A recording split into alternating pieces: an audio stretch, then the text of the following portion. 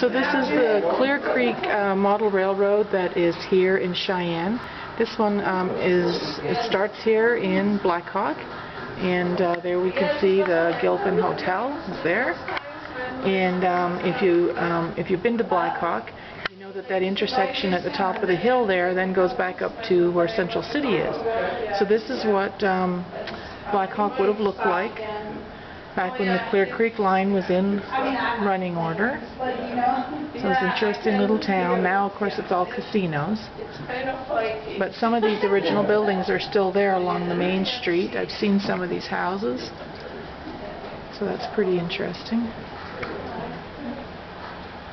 And then the train is running around. And originally it was housed in a mobile home.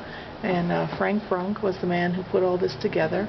And in the front here we can see how they're doing some work and some reconstruction. They start out with, come around here to where they're doing some work, and you can see they start out with styrofoam, and they work with plaster of Paris on top of that, and then eventually they'll get it painted so it finishes and look like this one over here. We're going to come around here from Blackhawk. And he actually took photographs of the original terrain so that he knew what he was doing and wasn't just making it up out of whole cloth. And so he comes around here, and we're coming to Elk Creek. See a trestle bridge. The majority of all of these things, he made all of these by hand. There were a few pieces that he bought, the tracks he bought, but like all these little buildings, he made all that by hand.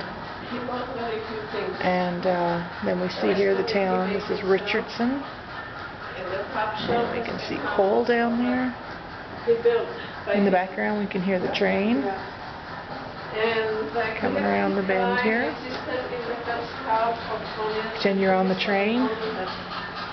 And now we're coming to Forks Creek. And there's some buildings. We can see some people down there on the landing looking out over at the river. So this is an amazing amount of detail that he went through to build all of these buildings and all of the terrain to get that just right.